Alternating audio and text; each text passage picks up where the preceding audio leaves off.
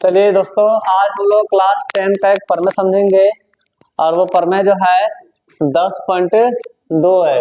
10.2 प्रमेय कहता है कि बाह्य बिंदु से वृत्त पर खींची गई स्पर्श रेखाओं की लंबाइयां बराबर होती है। ये आपका प्रमेय 10.2 है। बाह्य बिंदु देखिए, ये आपका वृत्त है और इस वृत्त के बाहर कोई बिंदु रहेगा, उस बिंदु को बाह्य बिंदु बोलते हैं। और अगर कोई बिंदु अंदर रहेगा, उस बिंदु को अंतः बिंदु कहते हैं। ठीक है, अभ्यंतर बिंदु कहते हैं। और अगर वृत्त पर रहेगा उसको बोलेंगे तो परिधि वाले बिंदु बोलेंगे उसको। ठीक है, तो यहाँ पे देखो P, यहाँ पे बाह्य बिंदु है और बाह्य बिंदु से देखो ये स्पर्श रेखा खींचा गया है और बोला गया कि जो स्पर्श रेखा जो खींचा गया है ये आपस में कैसा होगा, तो बराबर होगा। ठीक है, तो यहाँ पे सबसे पहले हम लोगों को सिद्ध करने के लिए हम लोगों को सबसे पहले पहला स्टेप लिखना पड़ेगा, दिया है।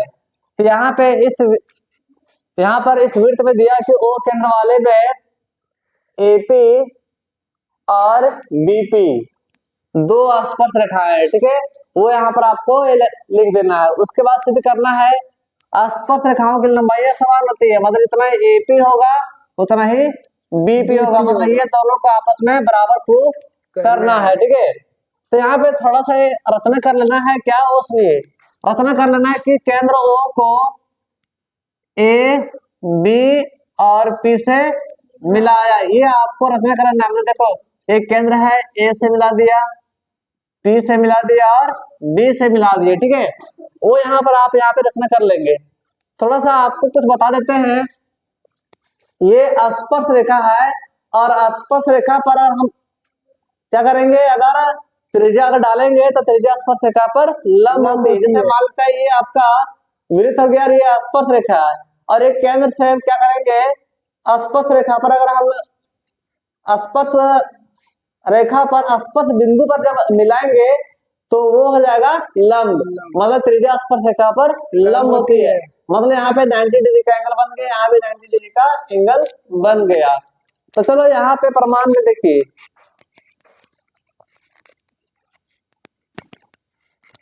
तो प्रमाण में हम लोग कुछ नहीं करना है। यहाँ पर दो आकृति बन रहा है, एक आपका ये आकृति बन रहा है त्रिभुज का और ये आपका बन रहा है, ये देखिए ये वाला बन रहा है। ये दोनों को आपस में सर्वांगसम करना है बस।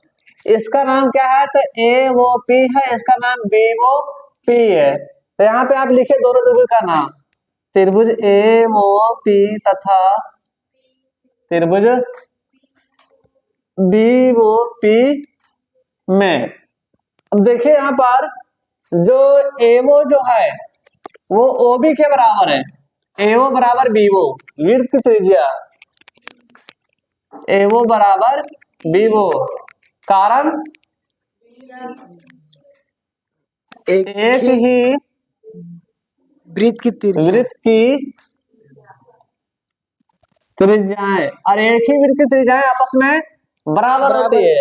उसके बाद देखो इसको फिलहाल आप कौन एक मान लो, इसको फिलहाल दो मान लो, तो कौन एक जितना होगा उतना कौन दो भी होगा।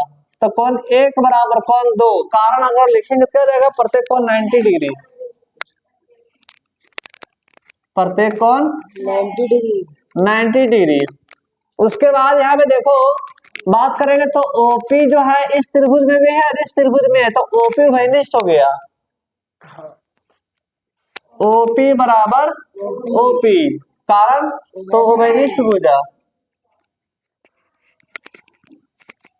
मतलब कॉमन हो गया।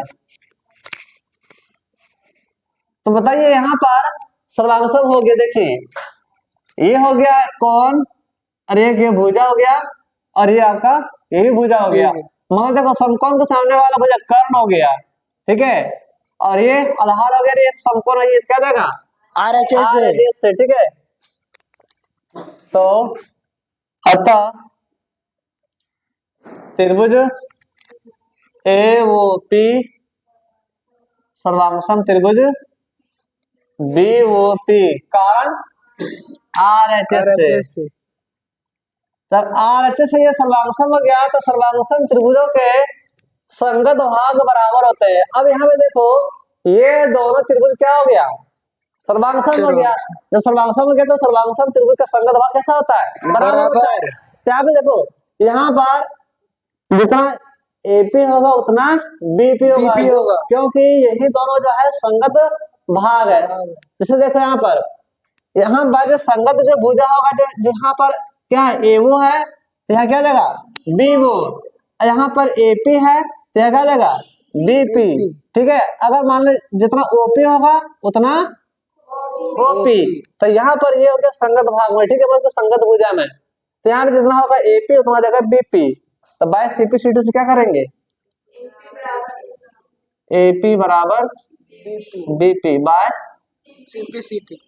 CPCT, corresponding part of congruent triangle are equal, और इसी को प्रूफ करना था, हेंस प्रूव्ड।